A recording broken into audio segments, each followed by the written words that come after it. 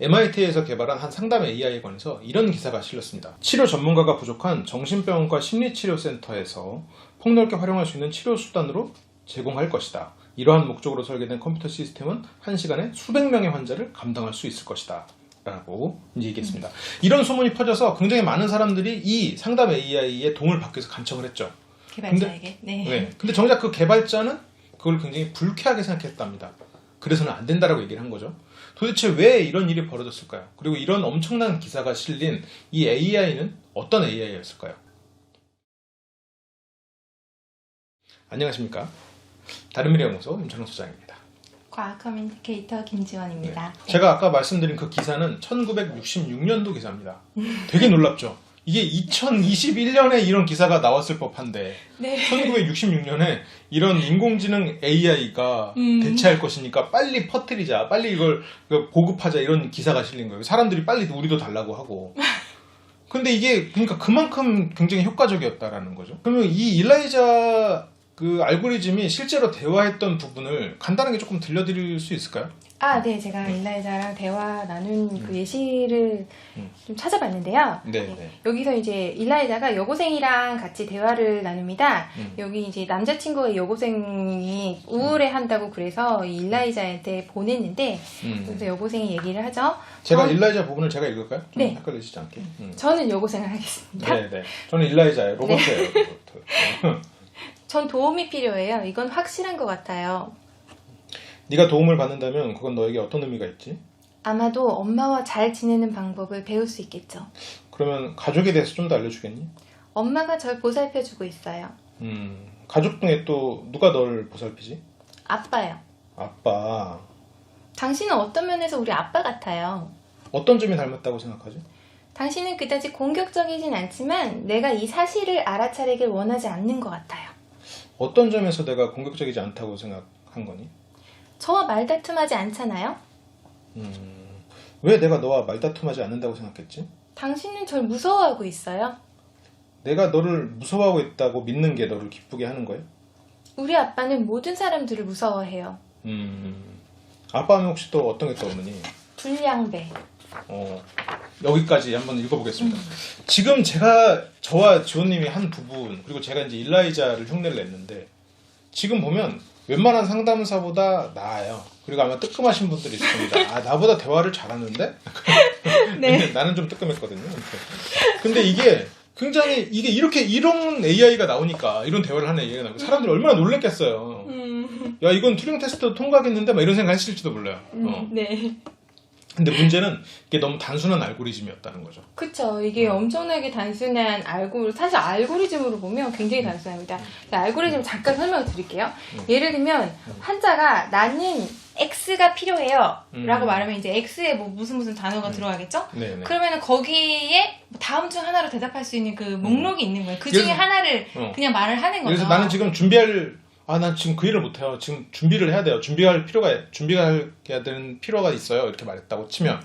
왜 준비가 필요한가요? 만약 준비가 있다면 어떤 도움이 될까요? 정말 준비가 꼭 있어야 한다고 생각하세요? 뭐 이런 식으로 이제 대답에 뭐라 그러지? 그 예비 후보들, 문장들이 정해져 있어요. 네. 한 4-5개까지 있어. 거기서 골라서 대답하는 거. 하나 대답했으면 그건 뒤로 넘어갔다는 맨 뒤로, 우선순위가 맨 뒤로 내려갑니다. 왜냐면 이게 약간의 트릭이죠. 똑같은 문장을 반복하지 않는 것처럼 보이기 위한 트릭인 거죠. 네네. 뭐 이런 식으로 나는 환자가 만약에 X예요. 라고 대답을 하니까 만약에 X가 이제 어떤 단어의 목록들이 있겠죠. 그러니까 병의 목록이나 감정의 목록이나 예를 들면 나는 화가 났어요. 라고 말하면 환자분이 화가 나서 의사를 보러 오셨나요? 얼마나 오랫동안 화가 났었나요? 스스로 화가 났는데 어떤 기분이 드나요? 뭐 이런 식으로 이런 그 대답의 목록들이 이미 정해져 있고 이제 그 중에 하나가 그냥 나오는 거예요. 네. 그렇죠. 그러니까 이렇게 생각하면 너무 단순하잖아요. 근데 물론 가끔 말도 안 되는 말을 할 수도 있어요. 그럴 때 반응은 어떻게 하나요? 그런 알고리즘도 있겠죠. 그러니까 만약에 환자가 얘기를 했는데 어떻게 반응을 해야 될지 목록이 없다. 이랬을 때 또 따로 마련해 둔 게 있습니다. 계속 말씀해 보세요. 정말 흥미롭군요. 알겠습니다. 그래요. 그게 무슨 뜻인 것 같나요? 이런 식으로. 네. 지금 이거는 제가 책으로 낼까봐요. 일라이자 대화법이라고 해가지고 네. 이것만 이 알고리즘만 알아도 지금 굉장히 유용할 것 다는 생각이 좀 들어요. 66년도에 개발했다는 게 참 놀랐고. 아, 이게 사실은 실제로 그 상담 이론을 배경으로 만든 그 대화를 구성한 뭐라 그러죠? 그 이 환자 화술- 중심 상담 네네, 기법. 상담 기법을 적용한 그런 알고리즘이라고 합니다. 네. 그렇군요. 그래서 제가 예전에 그 튜링 테스트를 우리가 얘기를 한 적이 있었거든요. 그때 튜링 테스트를 통과하지는 못해도 인간을 속일 수 있는 알고리즘은 조금 더 수월하게 만들 수도 있을 것 같다라는 네. 말씀을 드렸잖아요. 네. 그거와도 좀 연관이 될 것 같아요. 왜냐면 일라이자 같은 경우는 일단 정신과 상담을 한다라는 어떻게 보면 권위가 세워진 상태고 그리고 그런 상태이기 때문에 얘가 헛소리를 했을 때 이것만 하나 해도 뭔가 대단해 보여. 그러니까 이게 왜 사람은 믿고 싶은 걸 믿고 상대에게 권위를 내주는 순간 이 사람의 행동에 대해서 굉장히 뭐랄까요 그 의미가 있을 거라고 생각하거든요. 네. 이 사람이 그냥 고민에 빠진 것처럼 이렇게 말하면 괜히 환자는 혼자 나의 어떤 부분을 해결해주기 위해서 나에게 가장 적절한 단어를 뽑아내기 위해서 이렇게 고심을 하는구나 이렇게 하면서 의미 있게 해석을 하는 것들 그러면서 환자가 스스로 뭔가 해결책을 찾아가는 그렇죠. 이제 그게 바로 그 여기에 적용된 심리학자 칼 로저스라는 사람이 제안했던 상담 기법 이론이었다고 합니다. 이 상담 기법에 따르면 이제 뭔가 어떤 얘기를 할 때 뭐 그거는 잘못된 거야. 왜 그렇게 하지 않았니? 뭐 이런 식으로 가치 판단을 하지 않고요. 그다음 조언 같은 것도 하지 않고 그냥 공감. 그다음에 말을 그대로 돌려주는 거. 뭐 예를 들면 뭐 당신은 어떤 면에서 우리 아빠 닮았어요. 어떤 점이 닮았다고 생각하니? 뭐 이런 식으로 뭐 그런 식으로 돌려주는 것들 뭐 이런 기법 그런 과정을 통해서 스스로 환자 스스로 자기 문제점을 말하게 하는 그런 기법이었다고 해요. 그러니까 이 알고리즘을 좀 연구를 해볼 필요가 있을 것 같아요. 네. 굉장히 쓸모가 많을 것 같아요. 네. 그래서 이 일라이자가 이제 세상에 나오고 세상의 반응이 어마어마했을 것 같아요. 굉장히 어떻게 보면 인간의 공감을 이끌어냈잖아요. 그러니까 당시에 뭐 최초의 챗봇이기도 하고요. 정말 센세이셔널했던 것 같아요. 그리고 이게 일라이자 효과라는 것들을 만들어냈는데 이제 일라이자 효과라는 게 지금도 굉장히 많이 이제 얘기가 되고 있습니다. 이 일라이자가 처음에 세상에 공개된 후에 사람들이 정말로 일라이자랑 정서적인 유대를 형성해 버린 거예요. 네. 그러니까 기계를 정말로 뭐 의사로 착각을 한다거나 심지어 이 설계한 이 와이젠바움이라는 그 설계자가 개발자죠. 네네. 개발자가 그러니까 사람들에게 이거는 진짜 사람 아니에요. 이건 기계예요. 이렇게 설득을 해도 사람들이 믿지 않을 정도로 네, 심지어는 그 개발자의 그 비서가 있었는데 그 비서가 자기는 일라이자랑 사적인 대화를 나누겠다고 자리 좀 비켜달라고 뭐 이런 일들도 있었고요. 뭐 사람들이 막 개발자한테 전화를 막 하는 거예요. 나 지금 정말 어떤 문제가 있는데 일라이자에게 도움을 청하고 싶다. 그러니까 아는 이게 알고리즘이라는 걸 아는 비서도 그랬는데 사람 입장에서 얼마나 그렇죠. 그랬겠어요. 네네. 그래서 이 설계자는 정말 그러니까 굉장히 우려스러워서 이제 이렇게 단순한 그 프로그램에 이렇게 굉장히 정상적인 정신이 정말 멀쩡한 사람들이 이렇게 단순한 프로그램에 이렇게 그것도 잠깐만 상담을 했는데 이런 망상이 사로잡히다니. 이러면서 이 사람이 그러니까 이런 반응을 사실은 설계자도 개발자도 이거를 예상을 못했던 거죠. 그렇겠죠. 네네. 그래서 그 이듬해에 이 사람이 이제 자기가 책을 써서 뭔가 당시에 그런 인공지능의 미래에 대해서 약간 좀 비판적인 입장으로 돌아서는 계기가 됐었습니다. 지금 여러분들이 이걸 보시면서 되게 황당하고 그냥 예전 역사 속에서 그냥 날아가 버린 그냥 촌극 이게 아니라 실은 이 부분은 지금도 여전히 유효합니다. 네네. 그리고 지금 이 일라이자 알고리즘과 거의 유사하거나 이것보다 떨어지는 알고리즘이 지금 굉장히 사람들이 인격을 부여하고 있는 경우도 되게 많거든요. 네네. 네. 그 아까 이제 일라이자 효과라고 이제 말씀하셨는데 네. 그거에 대해서 몇 가지 사례를 좀 들려줄 수 있을까요? 뭐 오늘날의 일라이자 효과라는 거는 사실 너무 이제는 흔해져가지고 더 이상 일일이 열거하기 힘들 정도예요. 그러니까 이게 기계에게 강력한 유대감을 느끼는 거, 기계를 사람처럼 이렇게 의인화해서 생각하는 것들, 뭐 이런 것들은 진짜 오늘 정말 너무나 일반적인데요. 뭐 예를 들면 예전에 몇 년 전에 그 EBS에서 네. 실험을 하나 했었어요. 그때 AI 스피커를 가지고 사람들이랑 같이 생활을 하게 한 거예요. 그러니까 이렇게 두 실험 집단으로 나누고 한쪽은 AI 스피커랑 일주일 동안 생활해보고 다른 쪽은 이제 생활하지 않은 사람들. 네.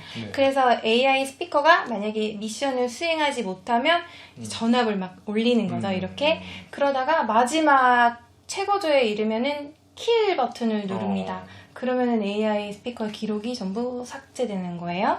그런데 이거를 AI 스피커를 그날 처음 본 사람들, 네. 그런 사람들은 그냥 킬 버튼을 눌러요. 마지막까지 가요. 그런데 일주일 동안 이 AI랑 같이 지낸 사람은 27%밖에 킬 버튼을 누르지 못합니다. 단지 일주일이었는데. 4분의 1 정도밖에 누르지 않았다는 거예요. 네네, 그렇죠. 네네. 그리고 그 예능 프로그램 중에 금쪽 같은 내 새끼라는 프로그램이 있거든요. 네. 거기에 이렇게 아이들의 고민을 이렇게 들어주는 AI 스피커가 나와요.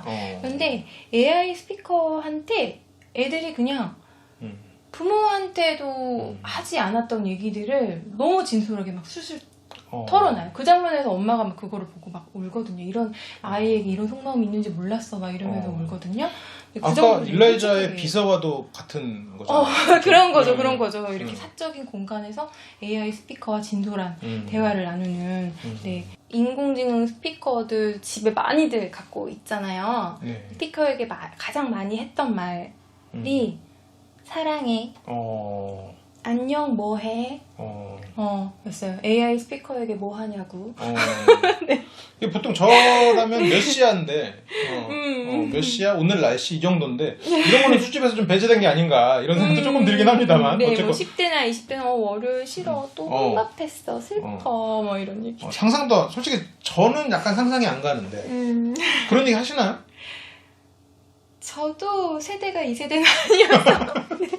근데 이제 이게 점점 그게 익숙해지는 세대가 되는 다시 이런 일라이자 효과가 다시라고 말하기 좀 그렇겠네요. 어쨌건 점점 근데 더. 이게 꼭 제 나이 때문만은 아닌 게 예를 들면 일본에서는 요양원 같은 데서 이제 그 요양보호를 많이 쓰잖아요. 네. 근데 그 할머니 할아버지들이 정말로 그 요양보호랑 이렇게 한담을 나누거나 그 요양 로봇. 예, 네.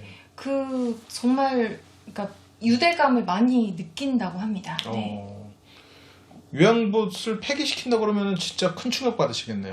그럼요. 네네. 그러니까 애들이 왜 애완 로봇 강아지 너무 좋아해가지고 그게 모델이 단종되거나 뭐 AS가 안 된다거나 뭐 이러면은 이 강아지는 이제 죽는 거잖아요. 이랬을 때 뭐 애들 완전히 세상 끝난 듯이 막 이렇게 슬퍼하고 막 그러는데 그렇죠. 그런 거랑 비슷한 감정 아닐까요? 네. 그게 또 애들의 문제는 아닐 것 같아요. 아까 이제 할머니 할아버지들도 있었지만 그게 이제 우리도 그 얼마 전에 그 로봇 개 모양의 로봇 어디였더라? 현대랑 합병한 그 회사에서 만든 개 모양 로봇을 실험하기 위해서 넘어뜨리는 실험을 했어요. 네네. 발로 차서 넘어뜨리는 실험인데 사람들이 그렇게 욕을 했어. 학대하지 말라고. 로봇 학대. 로봇 학대라고 해가지고. 네네. 자기네들은 마우스 안 된다고 치면서 왜 마우스는 치냐고. 네, 사족 보행하는 강아지 모양의 로봇이었어요. 그러니까 이게 우리가 이제 보이는 시각적인 것에 너무 이게 되는 게 아닌가 생각도 들고 이런 것도 어떻게 보면 그냥 알고리즘의 출력물인데 이걸 굉장히 인격을 부여하잖아요. 네네. 이게 뭐 잘못했다는 게 아니라 이거가 점점 더 강해질 거라는 거지. 더 강해지는 이유는 그게 더 강할수록 사람들이 더 그거를 구매하니까. 그렇죠. 이제 그런 기능 성능도 업데이트 될 거고 점점 더 사람 같아질 것이고 그리고 또 이게 사람들에게 이제 인공지능 AI가 너무 일상적인 일이 될 테니까요. 이제 이런 뭐 일라이자 효과는 뭐 어디서나 이제 일어나게 될 것 같아요. 네. 우리가 진짜 공생하는 관계, 함께 살아가는 사이가 된 거죠. 그렇죠. 우리가 지난 시간에 했던 그 GTP7이 거짓말을 막 하잖아요. 3가 거짓말을 막 하잖아요. 근데 그 마지막 멘트가 네가 원해서 거짓말을 한 거야라고 하잖아요. 똑같은 것 같아요. 그러니까 네가 원해서 나는 이런 출력물을 내주는 거야. 그래서 우리가 원해서 얘네들은 점점 더 인간의 흉내를 내주는 거고 그리고 그 과정에서 우리는 점점 더 얘네를 인간으로서 대우하게 되고 그렇게 되는 것 같아요. 그러니까 이게 일라이자한테 예를 들어서 인격이 있다라고 생각하면 개발자 입장에서는 웃기는 일이죠. 그럼요. 네. 그런데 이 사람들은 인격이 없다고 말하면 말도 안 된다고 할 거란 말이죠. 네, 믿지 않는 그러니까 개발자가 나서서 설명을 해도 믿지 않는 사람들이 있었다고 하니까요. 심지어 당시 정신과 의사들조차도 이 일라 의자를 빨리 병원에 도입을 하자 이런 얘기가 있었다고 하니까. 네. 그렇군요. 오늘 얘기해서 좀 몇 가지 시사점을 좀 뽑아낼 수가 있을 것 같은데 혹시 좀 해주고 싶은 얘기가 있을까요? 저는 이거 보면서 인간이 정말 공감을 갈망하는 존재구나. 좀 짠하기도 했어요, 사실. 네. 근데 사실 이게 공감의 중요성이라는 게 이게 상대에게 달려있지 않다는 거. 이걸 보면 사실은 일라이자는 공감하지 않잖아요. 네. 인간이 그냥 대상에게 공감을 한다고 그냥 그렇게 바라보는 거죠. 그래서 우리가 상대에게 어떻게 의미 부여를 하느냐에 따라서 공감의 여부도 달라진다. 저는 그런 생각이 좀 들었어요. 네. 그러니까 공감을 해주는 사람보다 해준다고 느껴지는 사람에게 우리는 공감했다라고 생각을 한다. 그러니까 우리가 그냥 그 대상을 내 얘기를 들어주는 그냥 특별한 존재로 그냥 여겨버리면 그냥 공감인 거예요. 그런 생각이 들었어요. 우리가 이 사람들은 일라이자랑 상담하면서 공감을 통해서 느낄 수 있는 것들을 느끼잖아요. 네네. 그렇죠. 그러니까 만약에 이게 진짜 이거를 기계로 바라보면 공감이 안 되겠죠. 네. 그러니까 자기가 이거를 이 대상을 어떻게 바라보느냐에 따라서 공감을 할 수도 있고 안 할 수도 있고. 그러니까 사실은 기계의 공감 능력이 있느냐 없느냐는 오히려 부차적인 문제일 수도 있다. 저는 이 과학의 발달 과정을 생각해보면 제가 어렸을 때 예측했던 거는 굉장히 빠르게 로봇이 도입되고 그리고 세상이 변할 줄 알았는데 그것보다 훨씬 빨랐던 건 예상도 하지 않았던 인터넷이었거든요. 인터넷 세계 안에서 모든 게 구축됐고 그리고 그러니까 이게 생각해보면 지금 말씀하신 그 공감의 측면하고도 좀 연관될 수 있다고 생각되는 게 실제로 바뀌진 않았는데 바뀐 세상을 경험할 수 있는 시스템과 환경은 너무나 많아진 거죠. 예를 들어서 VR을 쓰거나 꼭 이 체험하지 않아도 인터넷 세상 안에서 우주를 보고 거기서 하늘을 날고 근데 실제로 우리는 방구석에 앉아 있는 거지. 공감도 상대는 그냥 아무것도 없지만 나 혼자 공감했다고 여기게 되는 약간 그 인간이 개인이 그렇게 느끼도록 만드는 기술이 더 빨리 발전하는 것 같아요. 발달해 왔고 그런 것 같아요. 근데 내가 어렸을 때 예측했던 미래는 그런 게 아니었거든요. 진짜 세상이 바뀌는 게 먼저였다고 생각했는데 그런 예측이 실은 다 틀렸던 거지. 인간이 개인의 인식을 바꿀 수 있는 기술이 훨씬 더 빨랐던 것 같아요. 어쩌면은 우리 인식을 바꾸는 속도가 더 빠르겠네요. 뭐 기계가 바뀌는 것보다는. 그럴 것 같아요. 그러니까 그게 더 쉽고. 그러니까 되게 우주를 나가는 거를 사람들은 생각했거든요. 저희 어렸을 때는 하늘을 나는 비행기, 하늘을 나는 택시. 지금 이제야 나오기 시작했는데 인터넷은 훨씬 더 빨리 발전하고 뭐 좀 그런 것 같아요. 그런 느낌이 좀 드네요. 공감 얘기를 들으니까. 혹시 또 있을까요? 그러니까 이렇게 아이들 같은 경우 이제 뭐 이렇게 애완 로봇 같은 거랑 정서적인 유대관계를 맺는 거에 대해서 뭔가 좀 걱정스럽게 생각하는 시각도 있는 것 같아요. 그러니까 얘가 이러면은 사회작용을 정상적인 사회성을 습득을 못하는 거 아니야? 뭐 이렇게 생각할 수도 있는데 뭐 인간과의 그러니까 이렇게 애들이 로봇이랑 정서적으로 교류하는 게 인간과의 상호작용을 습득하는 데도 도움을 준다는 그런 연구들도 많다고 합니다. 네. 그렇군요. 그리고 아이들은 생각보다 부모로 인해서 그렇게 다른 삶을 살지 않습니다. 그런 연구가 좀 있어요. 그러니까 부모의 영향을 받는 건 사실인데 결국은 또 자기가 주어진 걸로 돌아간다는 또 연구가 있기 때문에 너무 그렇게 걱정하지 않으셔도 됩니다. 네. 그렇군요. 그럼 혹시 또 얘기가 술술 나오네 오늘 아주 또 추가적으로 들려줄 얘기가 있을까요? 그리고 사실 상담의 이렇게 목표라고 할까요? 이런 것들이 이제 여기 일라이자도 그 처음에 상담 기법 이론이 된 게 자기 자신의 문제점을 스스로 발견하는 거잖아요. 그러니까 뭔가 상담이라는 거는 결국은 어떤 행위의 변화가 있어야 되는데 이게 기계를 가지고 기계 상담을 통해서 정말 우리가 변화가 될까? 우리 스스로가 이게 가능할까? 라는 않을까라는 생각을 좀 했어요. 실제로 변화는 네네. 또 다른 문제일 수 그렇죠. 있겠네요. 그러니까 상담을 하는 거, 상담이 진행되는 것과 실제로 그러니까 상담을 통해서 변화하는 거는 정말 삶의 뭔가 가치관이나 네네. 많은 것들이 이게 통찰을 통해서 깨닫고 변화하는 거잖아요. 근데 이게 기계와의 상담을 통해서 가능할까?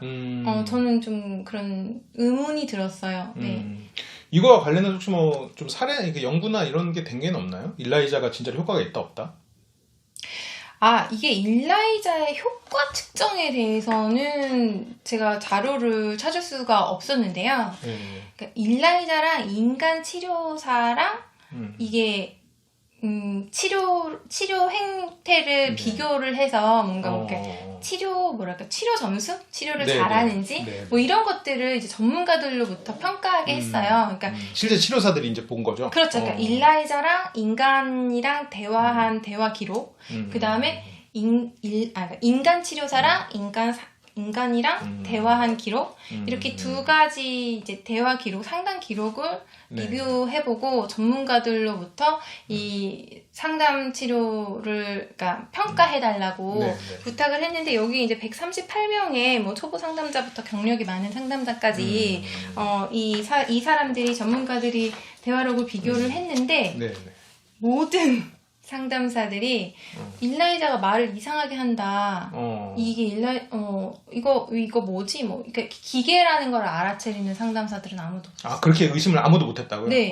이것도 치료사다. 일라이자도 치료사라고 봤군요. 네, 그러니까 기계일 가능성에 대해서는 상상을 못했던 거죠. 네, 그리고 모든 상담사가 근데 그럼에도 불구하고 인간 상담자가 치료를 더 잘한다. 그렇게 했군요. 그렇게 다 판단을 했어요. 특히 이제 치료 경력이 오래된 전문가일수록 더 잘 알아보는 거죠. 인간을 더 높게 평가했다. 네. 그래서 저는 근데 이 말을 들으면 또 치료 경력이 높을수록 그랬다면 가볍게 그냥 상담을 가볍게 하고 싶은 사람 입장에서는 일라이자를 더 높게 평가할 수도 있겠다. 거의 헷갈렸을 수 있겠죠. 그런 여지도 있는 거죠. 그러니까 이 연구는 어쨌건 정말로 치료의 목적에 얼마나 부합했는가이기 때문에. 그러니까 여기 이 치료 경력이 오래될수록 인간을 더 높게 평가하기도 했고요. 또 이게 상담도 치료 분야가 이제 되게 많잖아요. 자기가 적용하는 이론들이 다들 다른데, 예를 들면 뭐 그 인지행동 치료 같은 것들을 하신 분들은 이 치료사의 개입 같은 것들이 굉장히 많이 요구가 되는 그런 치료 기법이라고 해요. 근데 이런 분들이 보기에는 이제 일라이자는 개입을 하지 않으니까 뭔가 이제 치료 점수를 굉장히 이제 낮게 평가한 거죠. 인간을 훨씬 높게 쳐주고 뭐 이랬던 성향이 있었었죠. 그렇군요. 어떠한 그 다른 기준으로 평가를 했다면 일라이자가 분명히 더 높은 부분이 있었을 수도 있겠다. 어쩌면 있었을 수도 있었겠다. 그런 부분은 배제하기는 힘들다라는 거죠. 그만큼 어떻게 보면 제가 아까 오늘 지호님이 말씀해 주신 것처럼 그 공감과 그리고 인간에 대한 통찰 이런 부분은 우리가 생각하는 것과는 좀 다른 측면이 존재할 수 있다. 이런 좀 그런 걸 좀 보실 수 있었으면 좋겠다는 생각이 좀 듭니다. 그래서 우리가 생각하는 것처럼 인간을 막 꿰뚫고 인간의 모든 것을 그 순간에 분석해서 하는 그 상담 AI는 굉장히 요원한 일일지 모르지만 그 꼭 전문 상담사가 아니어도 우리와 대화를 하면서 우리의 내면을 풀어줄 수 있는 AI는 정말로 단순한 알고리즘이 가능할 수도 있겠다라는 생각도 조금은 드네요. 뭐 지금으로서 그래도 가장 확실한 거는 우리는 AI한테 빠질 수 있어도 AI는 우리에게 빠지지 않는다. 상담에서 역전이는 일어나지 않는다. 그렇죠. 일종의 바람둥이네요. 뭐 그런가요? 네. 그렇죠. 그러니까 내가 너에게 빠졌다는 걸 연기를 하는 것 뿐이죠. 그렇죠. 근데 그 바람둥이에 걸리면 이제 그리고 남녀를 떠나서 이제 막 미치는 거지 막 매일매일 생각나고 그런 꼴이네요. AI 분들에게 죄송하다는 생각 먼저 말씀을 드립니다. 바람둥이에 비유를 해서. 그렇습니다. 그럼 오늘 얘기는 여기까지 준비된 거죠.